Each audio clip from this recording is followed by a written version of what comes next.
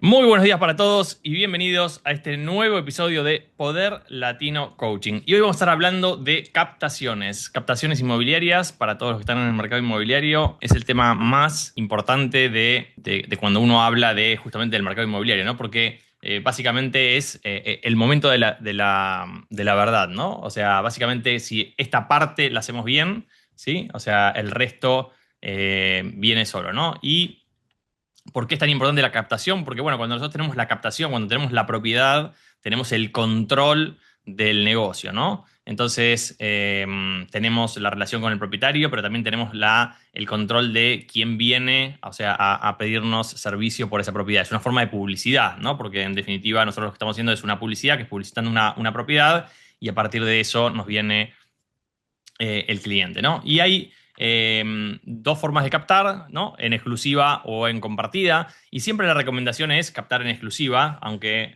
muchas personas dicen es muy difícil captar en exclusiva, pero cuando nosotros captamos en exclusiva tenemos un negocio que potencialmente lo vamos a cerrar y estamos cobrando por nuestro trabajo, ¿no? Cuando captamos en una forma compartida, dentro de las formas compartidas también tenemos, o sea, dos formas de captar compartido. Podemos captar compartido donde yo, o sea, simplemente me hago cargo de mi parte. Si vendo, cobro. Si no vendo, no compro. No cobro. Podemos captar en compartido acordando con las otras inmobiliarias o con la otra inmobiliaria, ¿no? O sea, podemos pedirle a la otra inmobiliaria, decir, bueno, trabajamos juntos. Si vendemos, la parte del vendedor la compartimos. La parte del comprador, cada uno se queda con su parte. Entonces, de esa forma me aseguro, por lo menos, tener una mitad, digamos, o un porcentaje, porque si son tres sería un tercio de ese negocio que me cubra por lo menos los gastos de ocuparme, ¿no? Y esto es algo muy importante porque en el negocio inmobiliario, una de las cosas que más nos pasan es que trabajamos gratis hasta que logramos cobrar, ¿no? Entonces, si nosotros trabajamos gratis y encima incentivamos formatos de trabajo gratis, que sería captar en compartida, ¿no? Entonces se nos hace todo mucho más complicado y todo mucho más complejo, porque en definitiva estamos, o sea, trabajando gratis en un negocio donde encima estamos tomando riesgos de trabajar sin cobrar definitivamente, ¿no? Entonces tengan en cuenta que un abogado, un contador, o sea, un coach, o sea, ¿quién trabajaría gratis, ¿no? O sea, ¿quién trabajaría con, bueno, mira, vamos a hacer entre dos el caso, ¿no? Y el que gana el juicio, o sea, mejor dicho, y el que le va mejor, o sea,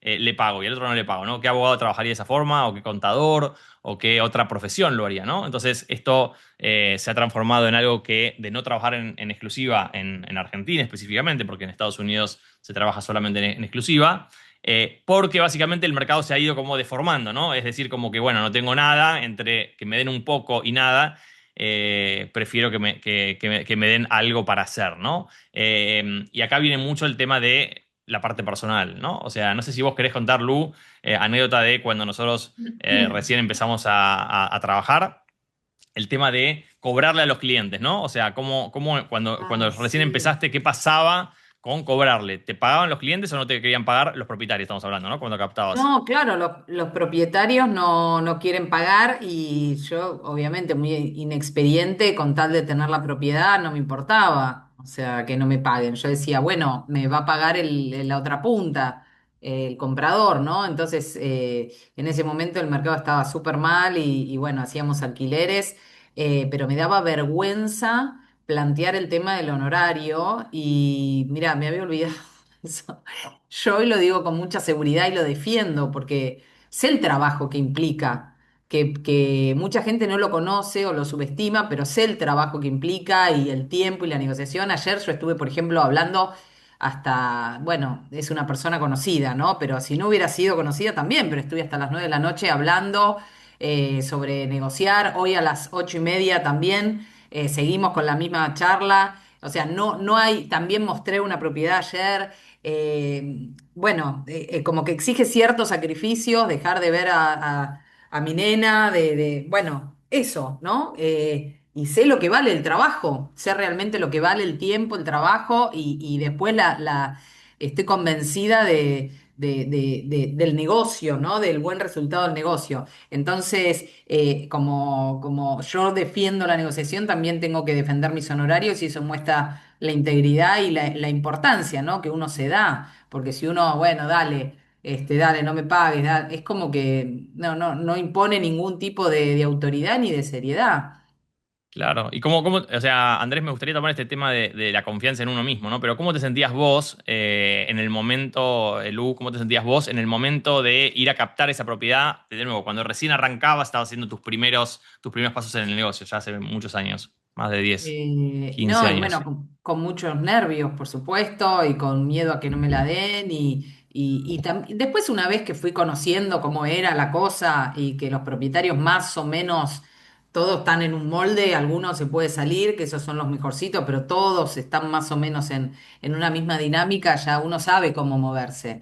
Pero no, me sentía mal, por supuesto, y ni hablar que hay algunos que te maltratan, ni hablar que subestiman, ¿no? Pero eso también me enseñó a saber con quién trabajar y con quién no. Yo antes trabajaba con todo el mundo. Y ahora me di cuenta me di cuenta con los años y con la experiencia que hay gente con la que no quiero trabajar, pero porque no puedo, porque es una cuestión de que no va mi personalidad y yo no podría como trabajar con esa persona porque no tengo los mismos valores, ¿no? Hay un compromiso que se establece y si esa persona no lo establece y no hay respeto y no hay confianza, la verdad es que todo sale como mucho más lento y no sale. Bien, y Entonces, dijiste algo muy importante que es que en ese primer momento, cuando recién arrancabas, no, como que no veías tu propio valor, ¿no? No veías tu propio valor en que le podías dar al cliente, no te sentías convencido de que te paguen, no sentías que te lo merecías de alguna forma que te paguen. Entonces, todo básicamente lo tomabas como gratis, ¿no? Y cuando y obviamente fuera de exclusividad, ¿no? Por supuesto que era casi un mm, favor que te hacía la persona cuando te estaba dando la propiedad. Y esto es algo muy importante para entender, porque cómo terminó esa situación, bueno, se las cuento después que hable Andrés, que lo veo acá con la mano levantada, pero ahora les voy a contar cómo terminó esa situación de que, o sea, todas las propiedades eran gratis, gratis, gratis, gratis, sin cobrarle absolutamente a nadie, pero porque no podía, o sea, dar esa situación. ¿Qué decís, Andrés, sobre esto? Y lo mismo, es decir, yo cuando empecé a trabajar, por ejemplo, en esta parte de consultoría psicológica, empecé todavía mientras estaba cursando porque era obligatorio tener un consultante, se llama. Y obviamente era gratis y me hacía un favor. Entonces, algunos de esos consultantes que trabajé todavía estudiando, me quedaron para después y les cobraba un mínimo. ¿Por qué? Porque yo no me sentía en capacidad o no me sentía preparado de la mejor manera para poder hacerlo. Pero a medida que fue pasando el tiempo y yo me fui sintiendo, digamos, más de valor para los demás, bueno, empecé a valorizar mi trabajo. Y llegó un momento que lo consideré tan bueno que, bueno, empecé a aumentar mis honorarios más de lo que, vamos a decir, era la inflación. Y de hecho yo sabía que ahí se iba a producir un bache. ¿Por qué? Porque de alguna manera había gente que, bueno, no estaba dispuesta a pagar o lo que fuere, que iba a caer, iba a venir gente nueva, pero ya iba a venir en otras condiciones y así fue. Se produjo ese bache, pero después, bueno, hoy estoy cobrando un valor que sería considerado no nivel medio para lo que atiendo. Y además, como decía de alguna manera Lu, no tomo a cualquiera. Es decir, yo mido tres cosas. Coraje, compromiso y persistencia. Y si no tiene esas tres cosas, no lo he hecho, pero le pongo la alfombra de salida. Bien, y esto entonces es muy importante trabajar justamente en esa situación de desarrollo personal, ¿no? Trabajar en esa situación de que uno creerse, o sea, que es la persona que es, y para eso entender qué tengo que hacer, ¿no? Entonces la pregunta que nos tenemos que hacer es, ok, no me siento, o sea, bien para tomar una propiedad exclusiva porque, y ahí ponemos todos los por qué, ¿no? ¿Por qué no me siento, o sea, esa persona? ¿Por qué no me siento que el cliente me va a valorar? ¿Por qué no siento que le puedo dar más valor que otra persona. ¿Por qué? O sea, tengo miedo a perder la propiedad, porque en definitiva puedo no tomarla, ¿no? Y perder la propiedad. Entonces, ¿por qué tengo miedo de esa pérdida en vez de agarrar algo como las migajas, ¿no? Que me dan, ¿no? Entonces, ¿cómo terminó el cuento este con Lu en esa época que de nuevo es hace más de 15 años, esta situación? Terminó que un día revisando, o sea, yo no trabajaba todavía en la inmobiliaria, era Lura que estaba como al frente, yo la ayudaba en algunas cosas, y un día que cuando yo empiezo a hacer el proceso de cambiar, de empezar a trabajar también con ella, empezando a revisar las propiedades, me doy cuenta que ninguna, o sea, teníamos, porque empezamos a anotar, ¿no? Cuánto nos pagaba este, cuánto nos pagaba el otro, y estábamos como armando como una organización, eran todos cero, nadie nos pagaba, nadie nos pagaba, nadie nos pagaba, entonces la miro y le digo, escuchame, ¿por qué nadie nos paga? No, porque es un lío el mercado, que está así, que está así, que no se puede, que esto, que el otro. Entonces, algún cliente, o sea, más conocido, o sea, por supuesto que ninguna tampoco estaba en exclusiva, entonces le digo, escúchame, pero yo sé que este cliente a esta otra inmobiliaria le paga, no me acuerdo por qué, pero yo sabía que le pagaba, entonces, porque esta inmobiliaria no trabaja sin que le paguen, con lo cual a este le está pagando y a vos no te pagan, o sea, imagínate que, de nuevo, el mismo cliente, ¿qué pasaba? Como uno se posiciona, ¿no? Es como el cliente te tratan, ¿no? Como te ven, te tratan, si te ven mal, te maltratan, decía Mirta, ¿no? Entonces, básicamente, cuando uno muestra justamente esa situación de que, bueno, que no tiene tanto valor, que no vale lo que estoy dando, que yo no me siento que valgo,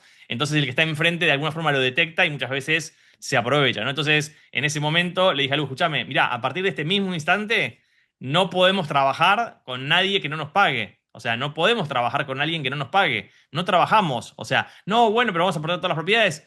Perdamos todo, no pasa nada. O sea, si no me pagan, si al final no te pagan, no te paga este. El otro te paga, después lo terminas dividiendo con otra inmobiliaria, esto, lo otro. Al final estás trabajando gratis ni en exclusiva. O sea, por ahí te lo vende otro. Entonces, básicamente, ¿qué pasó después de ese día? Bueno, después de ese día, todos los clientes nos pagaron, digamos. Los mismos que no nos pagaban, nos empezaron a pagar. ¿Qué decís, Lu?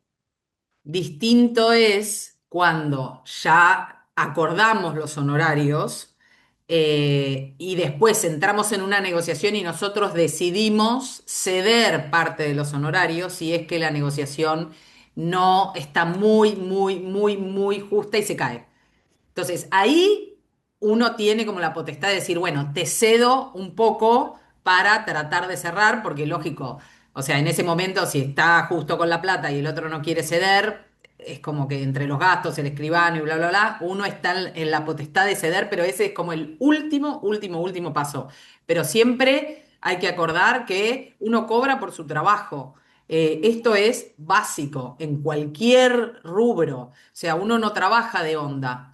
No, no le cede, podemos ir a tomar un café, nos reímos, charlamos, pero el tiempo, o sea, uno tiene que, o sea, vivir, tiene que, o sea, pagar las cuentas, ¿no? Entonces, eso es muy importante, pero creo que eso también, yo era también muy joven en esa época bueno, te lo va dando también la experiencia y de nuevo, yo aprendí mucho también de colegas más grandes, antes el mercado se manejaba de otra forma, ahora ha cambiado bastante, entonces es muy importante cómo aprender de los colegas, de cómo muestran, de qué cosas nos hacen ruido de los colegas también, qué cosas no tenemos que hacer, estar capacitándonos todo el tiempo, porque eso nos va a dar la seguridad para poder hablar con el propietario después, porque el propietario ya está con prejuicio.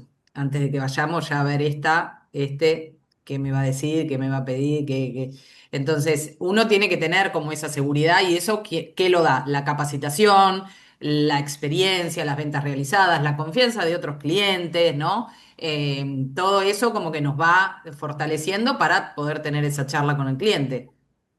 Sí, muy importante algo que decís, que básicamente es muy importante, que es solo cedemos algo, o sea, algo de nuestros honorarios contra el cierre. Nunca, jamás antes, ¿no? O sea, eh, si yo te cedo esto, ¿no? Entonces vos firmás y cerramos.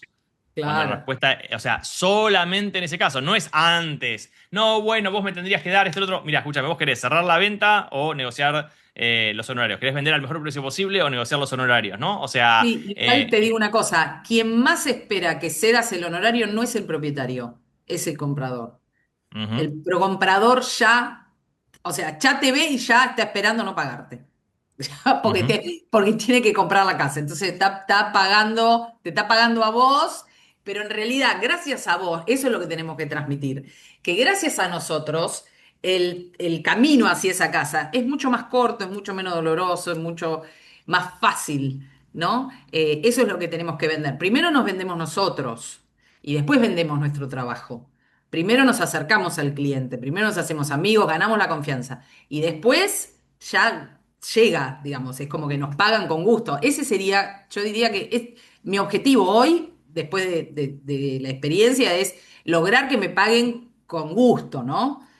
Con agradecimiento. Hay clientes que te agradecen, que realmente valoran y ven lo que uno ha hecho. A veces sale más fácil, sale más corto, pero no quiere decir que no haya requerido trabajo. Pero me parece que, ya te digo, el que más espera que bajes el honorario es el que compra o el que alquila, ni hablar porque es el que está poniendo la plata. Andrés. Sí, que lo mismo. Es decir, lo primero fue mi desarrollo personal, es decir, crecer en desarrollo y indirectamente eso significa cultivar el amor propio. A partir de ahí, bueno, es lo que decías vos también, cómo uno va cultivando el amor propio, también capacitándose, porque en la medida que se capacita, uno se siente más capaz de hacer las cosas que tiene que hacer. Por eso es lo que yo decía, hoy no acepto a cualquier consultante, es decir, tiene que tener esas características que te dije y si no las tiene, sé que no va a andar bien conmigo y prefiero que o no es su momento o no soy la persona adecuada y que tome otro momento o otro rumbo. Eso por ese lado. Y en general, si bien algún caso donde veo que tiene potencial y que tiene esas condiciones y le quiero dar una mano, bueno, por ahí le hago algún beneficio en lo que paga. Pero generalmente no tiendo a hacer eso. Lo que tiendo a hacer es le digo, bueno, te doy crédito. ¿Cuál es el crédito? Mira, hoy mis sesiones valen tanto. Entonces, las que no puedas pagar, te las doy de crédito.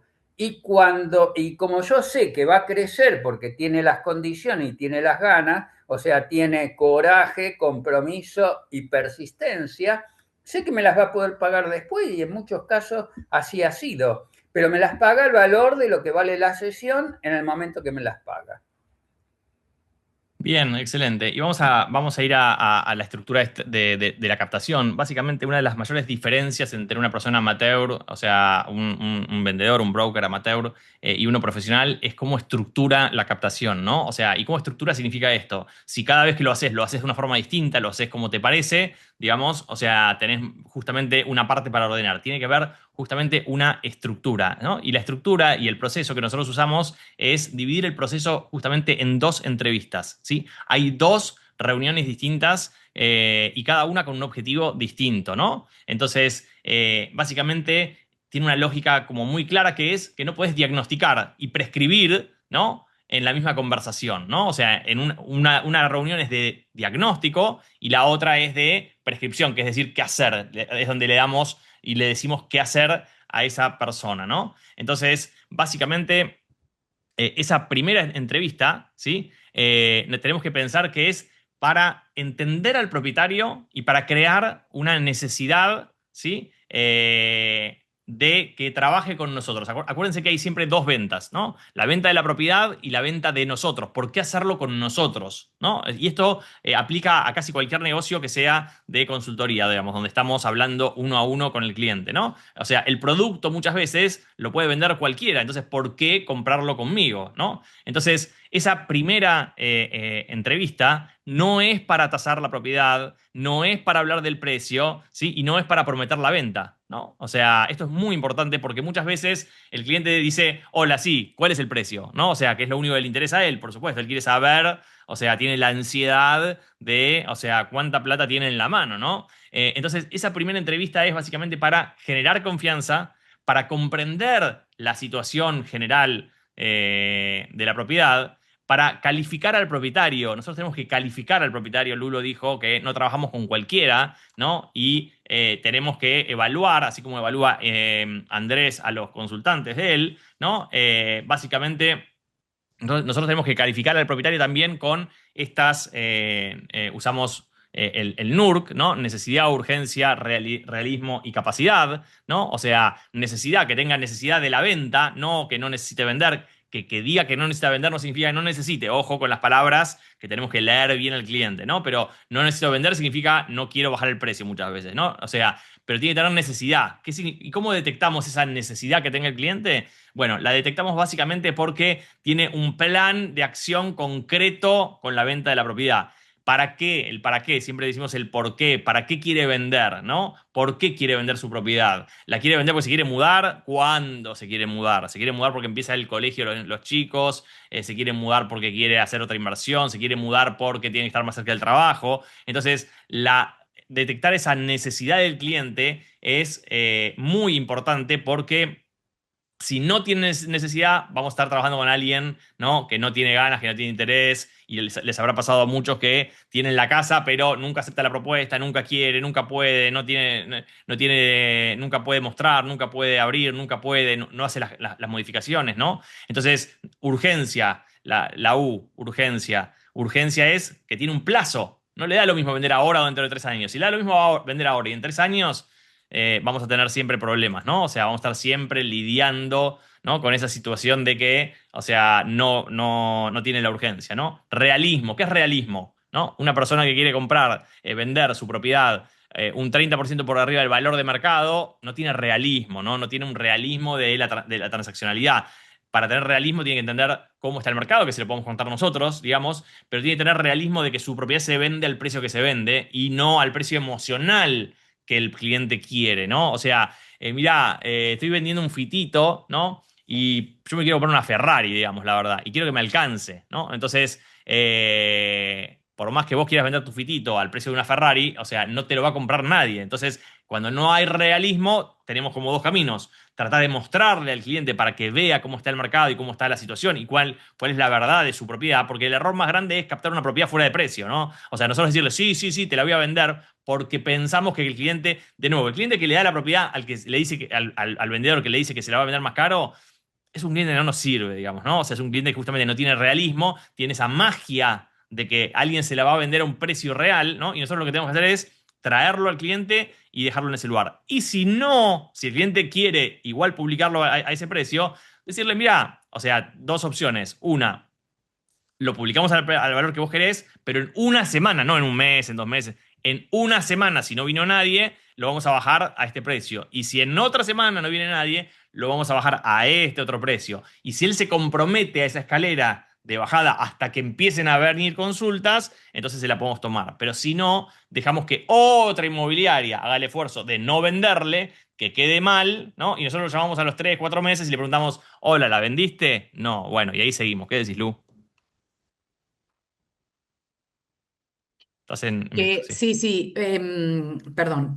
No, esto que decís del realismo, que es de las cosas más, más difíciles, me parece, porque ahí entra como el valor emocional, ¿no? Hablando del propietario, que el propietario siempre tiene un valor emocional con la propiedad y está convencido, porque obviamente para cada uno su casa es la mejor, es la más linda, es donde crecieron sus hijos, es donde se casó, donde, bueno, tiene como experiencias asociadas al inmueble. Entonces, y siempre como que pasa lo mismo. Por eso digo que todos los propietarios medio que están en el mismo molde, porque me pasó hoy justamente temprano a la mañana con un cliente que me dijo que yo, o sea, el departamento es un departamento muy grande, vista al río, una propiedad de categoría, pero tiene 30 años y no le hizo ninguna cosa, digamos, ¿no? Está impecable porque lo usó poco, pero obviamente que tiene una cocina de hace 30 años, con los muebles de madera, con azulejo,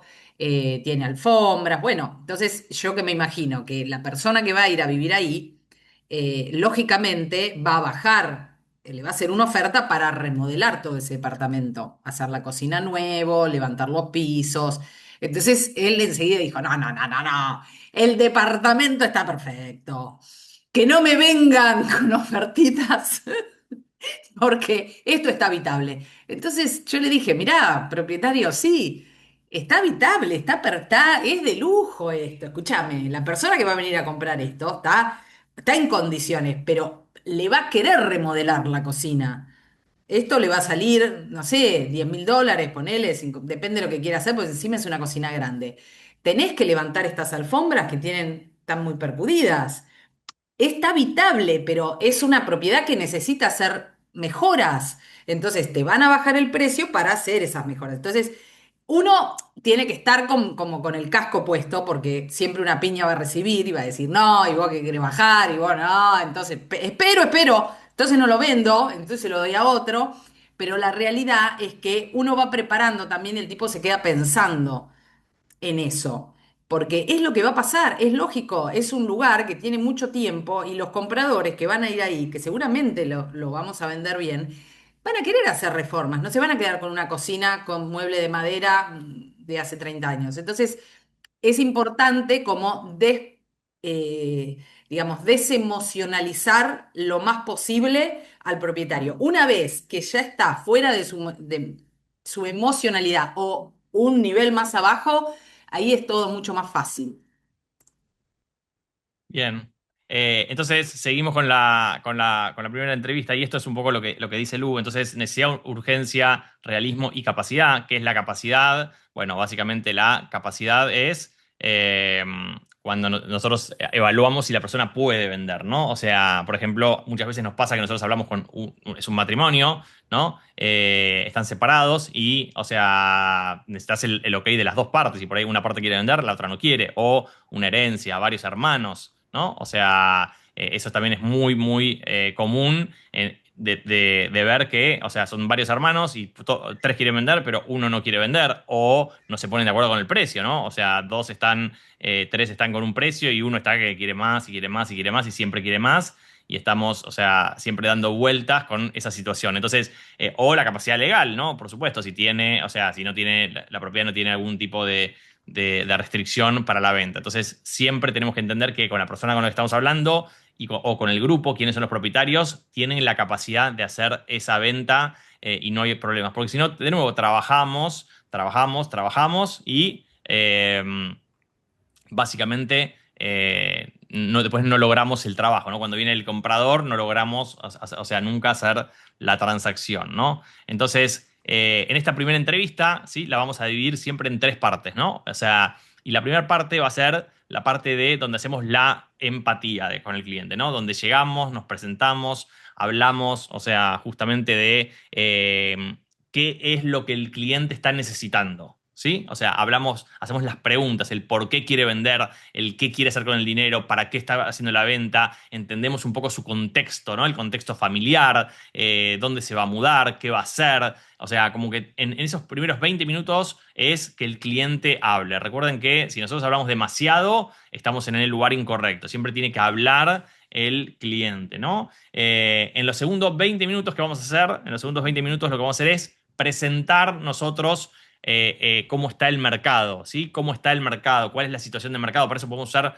un reporte de mercado, ¿sí? Que es básicamente cuando hablamos de reporte de mercado, estamos hablando de oferta, o sea, oferta, cuántas propiedades se están vendiendo por mes en la zona, en la ciudad, en lo que tengan ustedes como para poder armar la información, ¿no? ¿Cuánto está vendiendo? Se venden 5.000 propiedades por mes, se venden 3.000 propiedades por mes, se venden 2.000 propiedades por mes, o sea, esa es la oferta, ¿no? La demanda, ¿cuántas propiedades hay publicadas, ¿no? O sea, perdón, en la oferta podemos mirar cuántas propiedades hay publicadas, ¿no? En los portales inmobiliarios, lo que sea, tenemos en esta zona, no sé, 3.000 casas como la tuya, que están en el mismo rango, ¿no? Entonces le vamos dando como esa información.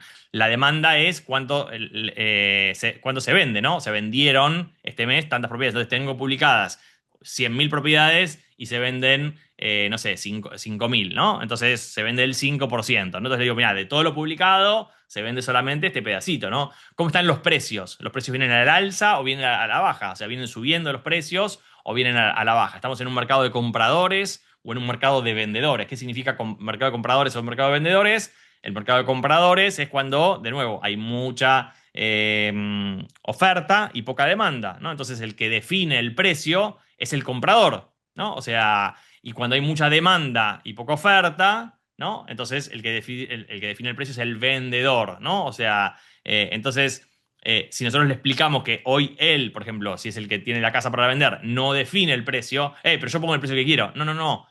Vos podés poner el precio que vos quieras, pero, o sea, el precio que se paga en el mercado es este.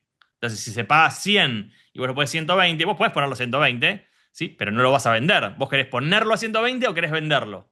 ¿No? ¿Cuál es tu situación? O sea, no, no, yo quiero vender. Bueno, pero si querés vender, entonces a ese precio no hay compradores, ¿no? Entonces, es muy importante mostrarle esto. Después, la otra variable que nosotros le mostramos en esos segundos 20 minutos es los créditos hipotecarios. ¿Cómo está la situación de créditos hipotecarios? De las propiedades que se vendieron, cuántas se vendieron con crédito hipotecario, cuánto crédito hipotecario hay permitido, o sea, si hay mucho o hay poco. Si hay mucho, el mercado está más ágil y se vende más. Si hay poco, entonces la gente no puede comprar, ¿no? Recordemos que cada propiedad, o sea, que cada venta con un crédito hipotecario puede generar escalonadamente entre 2 y 3 ventas más. O sea, el que recibe el dinero, o sea, porque hay uno que saca el crédito, ¿no? Y compra la primera propiedad, pero ese recibe dinero y muchas veces va y se compra otra propiedad y así sucesivamente en cadena. Entonces, los créditos hipotecarios generan realmente mucha transición de otras ventas que incluso podrían ser sin crédito hipotecario, ¿no? Y en la tercera parte, los terceros, o sea, 30 minutos, lo que nosotros vamos a hacer en esos terceros 30 minutos es básicamente ir a mirar la propiedad, ¿no? Y cuando vamos a mirar la propiedad, y algo muy importante en todo el proceso, es anotar, ¿no? O sea, no sé si alguna vez ustedes han tenido la sensación que fueron a un restaurante a comer y era una mesa de 15 personas, ¿no? Y el mozo no anota, ¿no? Muchas veces esos mozos antiguos, o sea, de la vieja guardia que no anotaban, ¿no? No anota el mozo y vos decís, este se va a olvidar. O sea, él le pidió más cocido, él más crudo, él más esto, él lo otro, él le pidió que le saque la cebolla, él le pidió, va a llegar y va a traer cualquier cosa el mozo, ¿no? En cambio, si el mozo está anotando, ¿no? Nos sentimos como tranquilos, ¿no? Nos sentimos como que, sí, anotó todo lo que le dije. Bueno, anotar es una actitud que independientemente de que uno se acuerde o no se acuerde, ¿no? Es una situación que muestra hacia la otra parte que estoy tomando la atención correcta sobre lo que estoy haciendo, ¿no? Y lo otro que hacemos en esa primera reunión también es sacar fotos que no son las fotos de publicación, sino son fotos para recordar. Si yo saco fotos, ¿no? De todos los ambientes y todos los lugares, después me doy cuenta que tenía, no sé, tantos aires acondicionados, detalles que no vi en el momento, o sea, puedo ir a revisar, es como documentar el lugar, sacar las fotos, ¿no? De nuevo, no son las fotos definitivas para la publicación, sino son fotos de relevamiento para si tengo dudas. Y de nuevo, lo mismo, el cliente nos ve sacando fotos y dice, mira, saca fotos, o sea, como que le da como una confianza en esa situación, ¿no? Y termina esa primera reunión, ¿no? Y cuando termina esa primera reunión, lo que hacemos es, no vamos, no le damos los precios, no le decimos el precio, incluso aunque tengamos mucha experiencia y lo sepamos, porque a veces vamos a un departamento y ya sabemos que en ese complejo ese departamento vale tanto, o sea, porque ya vendimos en ese lugar, ya tenemos los precios, ya sabemos, pero no se lo decimos. ¿Por qué no se lo decimos? Porque necesitamos que el cliente haga una reflexión en ese momento de toda esa reunión, que se quede contento de la reunión, que haya dicho, sí, me dijo esto, me dijo el otro, que lo comente con la esposa, que idealmente igual lo mejor es que estén los dos en esa reunión, pero, o sea, que lo comente, que lo hable esto, lo otro, y nosotros fijamos en ese mismo momento, sí, una segunda reunión, ¿no? O sea, ¿y para qué sirve la segunda reunión? Bueno, la segunda reunión nos va a servir para dar la devolución, que nunca, nunca, jamás, nunca es un mensaje. Nunca es tu propiedad vale tanto, o acá te mando el informe, que es lo ideal es que hagamos un informe, ¿no? O sea, el informe que dice, o sea, tu propiedad, o sea, vimos estas características, según la comparativa, comparamos con otras propiedades, y según esa comparativa, el precio que nos da es este, y le podemos dar un valor. Pero jamás le mandamos ese reporte nosotros primero, porque nosotros lo que necesitamos es volver a hablar con la persona. Puede ser que en ese caso el cliente venga a nuestra oficina, podríamos hacerlo por Zoom, idealmente. O sea, si no viene a la oficina, hacerlo por Zoom, podríamos ir a su casa, pero queremos que él también invierta tiempo en venir, ¿no? O sea, estamos tratando de que el cliente invierta tiempo, que tenga interés, por eso queremos que venga a la oficina, pero si no por Zoom es otra alternativa. La siguiente sería por teléfono, y si no es por teléfono, no hay ninguna que sea por mensaje, mail o ninguna otra situación que no sea de una forma, de una dinámica donde nosotros estamos hablando, ¿no? Donde nosotros le explicamos por qué llegamos a esa conclusión, qué pasó.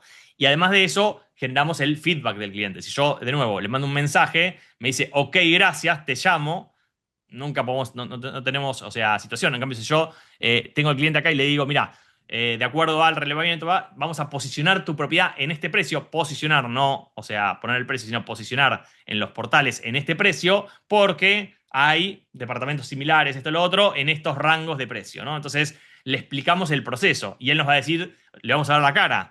Vamos a la cara de, no, pará, eso es demasiado poco. O, bueno, está bien, esto, lo otro. O sea, le vemos la cara, vemos cómo actúa y tenemos la posibilidad de interactuar con el cliente. Entonces, cuando nos dice, no, bueno, no, la verdad que esto, lo otro, ¿vos cuánto esperabas? Yo le dije 100, ¿vos cuánto esperabas? Y esperaba 120. Y no, pero el mercado no está en 120. Y el mercado está yendo para arriba o para abajo, ¿no? Porque por ahí, si va para abajo, es, si esperamos, el mes que viene te voy a decir 90, ¿no? Si el mercado está yendo para abajo. No, porque espero y veo qué pasa. Bueno, pero para esperar tiene que haber un mercado para arriba, y muy para arriba, porque si no, nunca vamos a llegar. Y también está la posibilidad de decirle, ok, el mercado está para arriba y por ahí dentro de un año, o sea, que vos no tenés urgencia para vender, entonces la ponemos, te llamo dentro de un año para venderla, y ahí lo llamamos a los 6 meses y le volvemos a preguntar cómo estás con la situación, ¿no? Entonces ya nos agendamos a la persona para ver cuando el mercado esté un poquito más arriba, pero tiene que estar el mercado yendo hacia arriba. Si el mercado está yendo hacia abajo, le vamos a decir, escúchame, en un año va a valer menos tu propiedad. ¿Estarías dispuesto a vender dentro de un año menos o estarías dispuesto a esperar 4 o 5 años? ¿Está bien para vos 4 o 5 años? Siempre lo importante, ¿sí?, es que nosotros tengamos claridad de comunicacional con el cliente, ¿sí? Que no haya esas situaciones donde quedan las cosas como abiertas, ¿no? Y con esto vamos a cerrar la sesión del día de hoy. Tal vez en otra sesión vamos a profundizar un poquito más porque es poco tiempo para profundizar de esto. Y si quieren pueden traer dudas o preguntas que tienen o situaciones que les van pasando y las podemos charlar y resolver. Así que con esto vamos a cerrar el episodio del día de hoy. Les agradezco mucho por haber estado y nos vemos el próximo lunes con más Poder Latino Coaching. Chau, chau. Nos vemos. Chao.